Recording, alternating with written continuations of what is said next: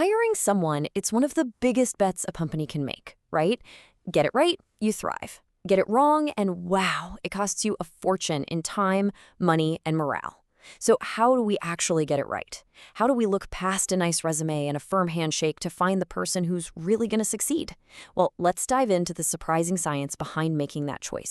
Every manager out there knows this feeling. You've got a pile of applications, a super important role to fill, and the pressure is on. And this isn't just about filling a desk. You're literally shaping the future of your team, maybe even the whole company. It's a high-stakes game, and for decades, we've basically been playing it based on intuition. But what if there's a much, much better way? This scene, we all know it, the job interview.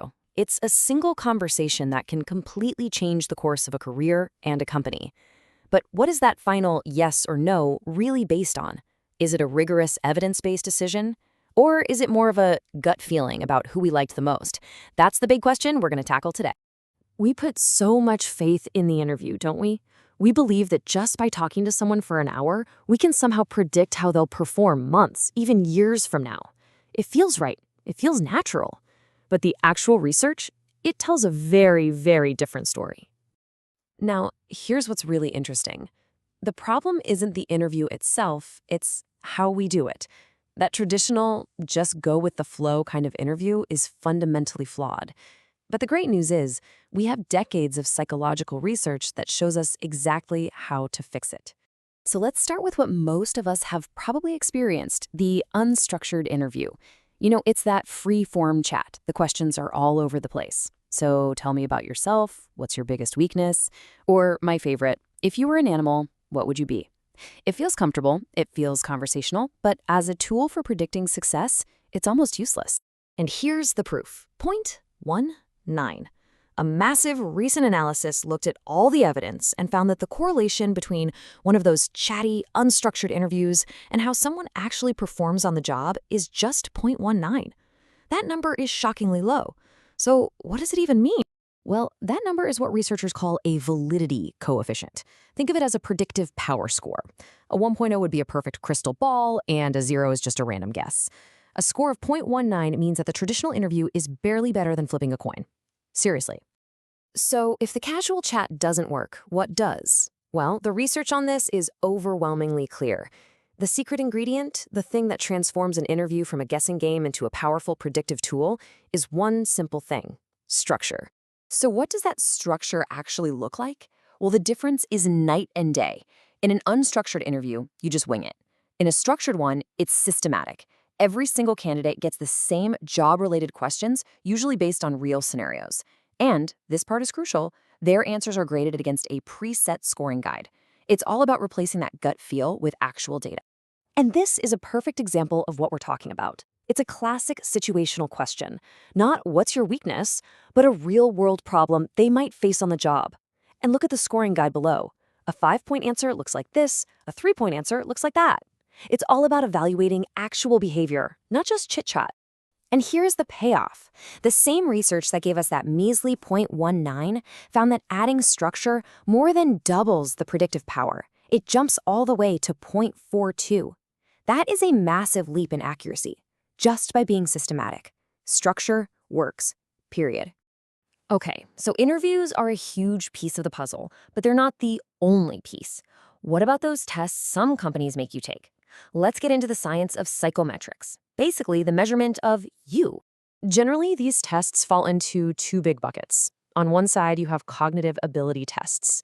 These are trying to measure your maximal performance, how well you can solve problems, reason, learn new things.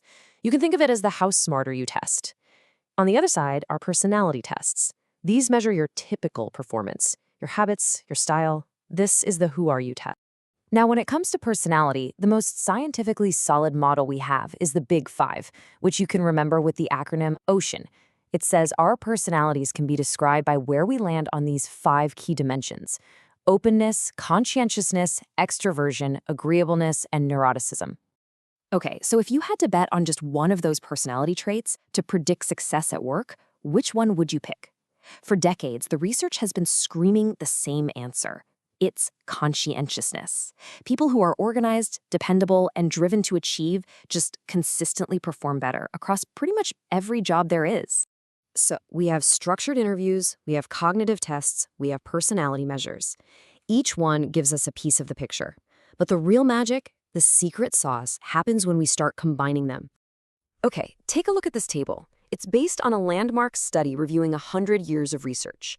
A cognitive ability test on its own is a really strong predictor, right? 0.65. A structured interview is also strong. But look what happens when you combine them. The predictive power jumps to an incredible 0.76. That's a huge leap in accuracy. This is our key insight. The whole is truly greater than the sum of its parts. So the bottom line is this. There is no single silver bullet. The best hiring decisions don't come from one perfect interview question or one magical test. They come from a systematic process that combines multiple validated tools to build a really complete picture of who a person is and what they can do. Now, a totally fair question is, but what about bias? And it's a great question. Unstructured interviews can be a breeding ground for it because we tend to like people who are like us. But a structured process is one of our best weapons against that bias. By making everyone focus on the same job-related skills and scoring them systematically, we dial down the influence of stuff like first impressions or harmful stereotypes. It just makes the process fairer for everybody. So, what does this all mean for you? I mean, whether you're hiring someone tomorrow or you're the one looking for a new job, this research gives us a really clear roadmap for how to hire smarter. For managers, the big takeaway is to stop winging it. You got to start by really analyzing the job to figure out what success actually looks like. Then you build a structured process around that, using tools like situational questions and ability tests. And finally, and this is so important, you have to train your team how to do it right. It's more work up front, for sure, but the payoff in who you hire is absolutely immense. And if you're a job candidate, don't be thrown off by these kinds of interviews. Understand that they're designed this way to be fair and to get a real sense of your skills. The best way to prepare is to think of specific examples of things you've done. Use a framework like the STAR method, that's situation, task, action, and result.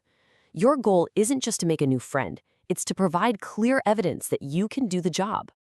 Of course, the world of hiring is not standing still. Technology, and specifically artificial intelligence, is changing the landscape really, really fast, analyzing video interviews, screening candidates before a human even sees them. And this leaves us with a final and pretty crucial question. We have a century of research that proves a structured, data-driven process is more effective and more fair. So as we build the AI tools of tomorrow, how do we make sure we embed these hard-won lessons into the algorithms? And how do we make sure we're not just creating a faster, more efficient way to repeat all our old biases?